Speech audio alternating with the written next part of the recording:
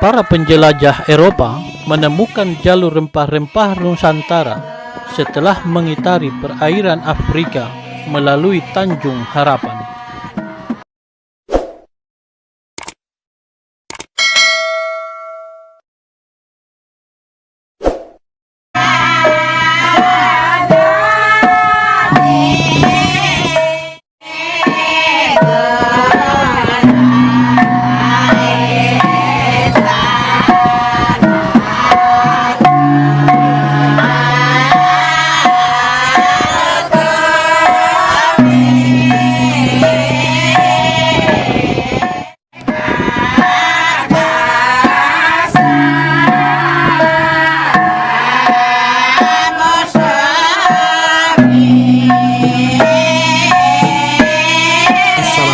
Assalamualaikum warahmatullahi wabarakatuh. Kita berjumpa lagi di channel Tega Lampala Daulani. Di sini, kita akan mengulas tentang sejarah, kultur, tradisi, agama, dan politik, menjadi semakin menarik untuk diperbincangkan. Sejak dahulu kala, wilayah Nusantara dikenal sebagai daerah penghasil rempah-rempah yang menjadi komoditi utama perdagangan internasional pada masa itu.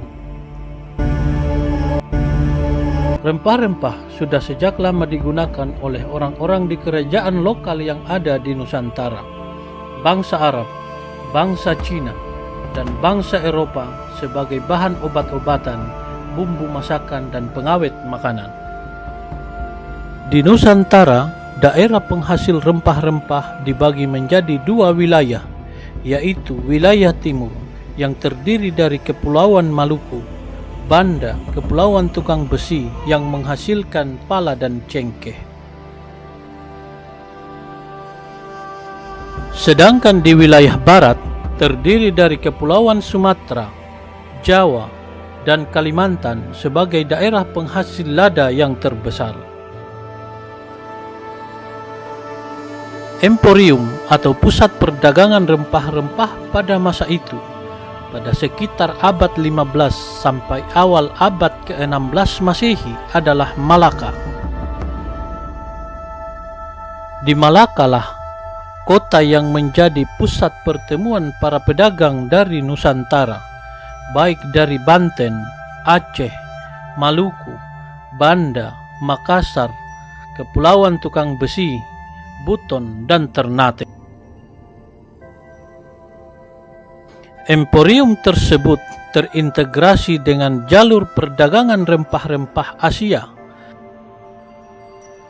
Para pedagang Cina, Arab, dan Persia serta India membawa komoditas tekstil dan porselen.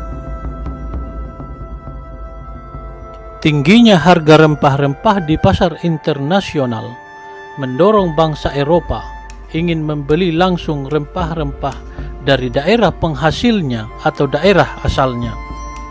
Para penjelajah Eropa menemukan jalur rempah-rempah Nusantara setelah mengitari perairan Afrika melalui Tanjung Harapan. Bangsa Eropa yang pertama kali sampai ke Nusantara adalah Portugis pada awal abad ke-16, tepatnya pada tahun 1510 Masehi.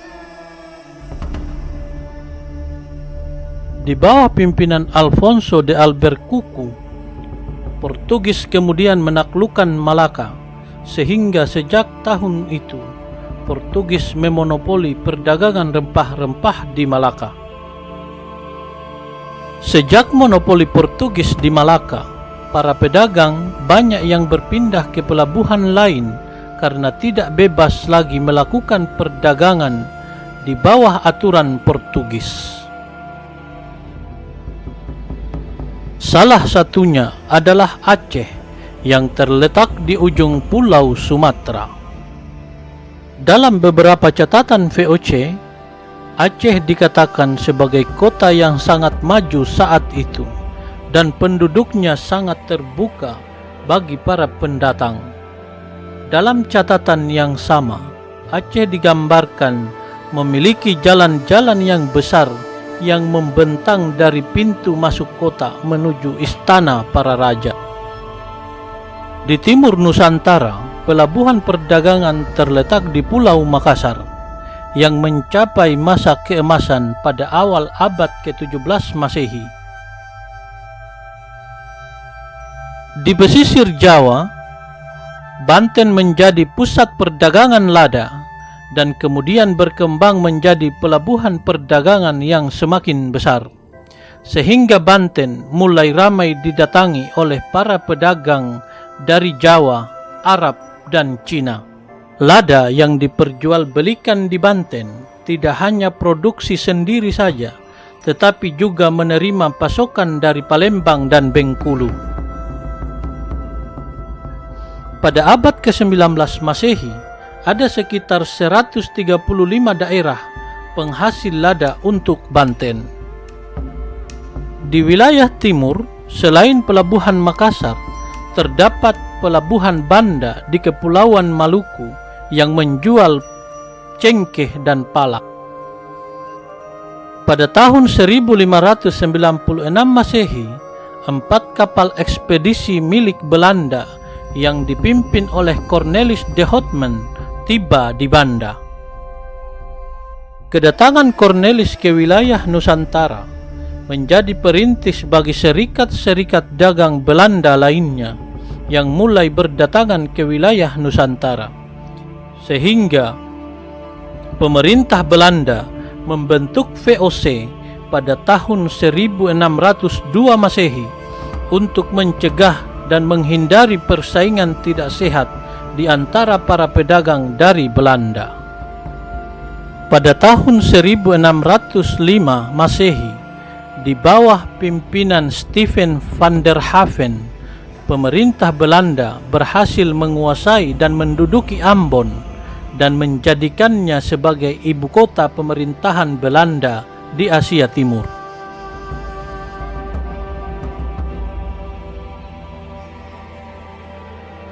Pimpinan tertinggi dijabat oleh Jenderal Pieter Both. Pada tahun 1613 Masehi, Jenderal Pieter Both memasuki wilayah Kesultanan Buton melalui Laut Banda dan melintasi Kepulauan Tukang Besi.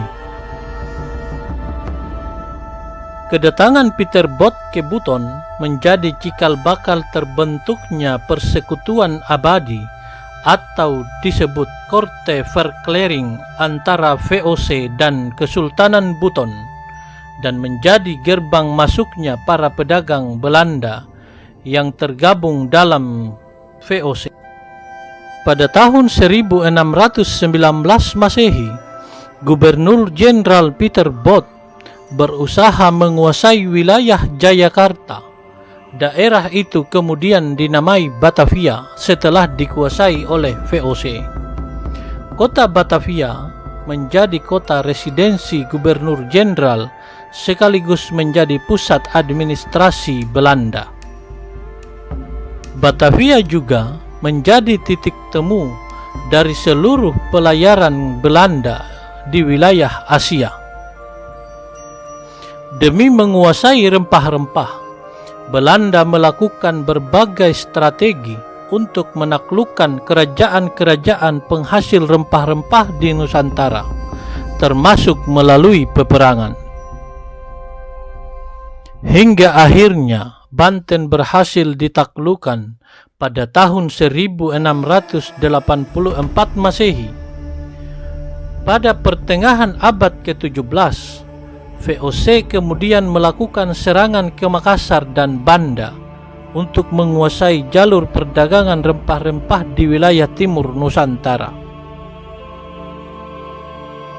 Dalam perjanjian Bongaya, kemudian kesultanan itu berhasil ditaklukkan pada tahun 1667 Masehi.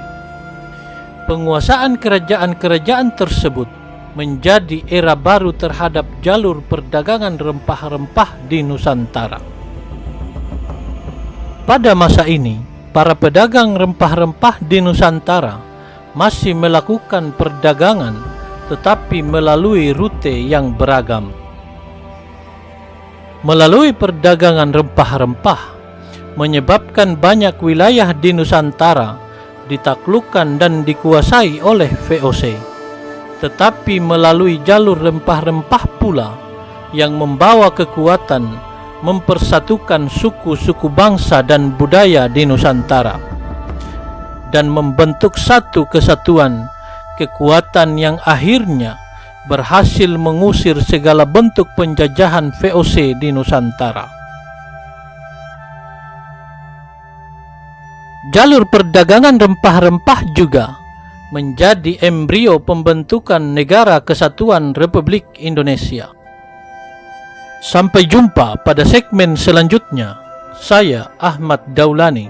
Assalamualaikum warahmatullahi wabarakatuh.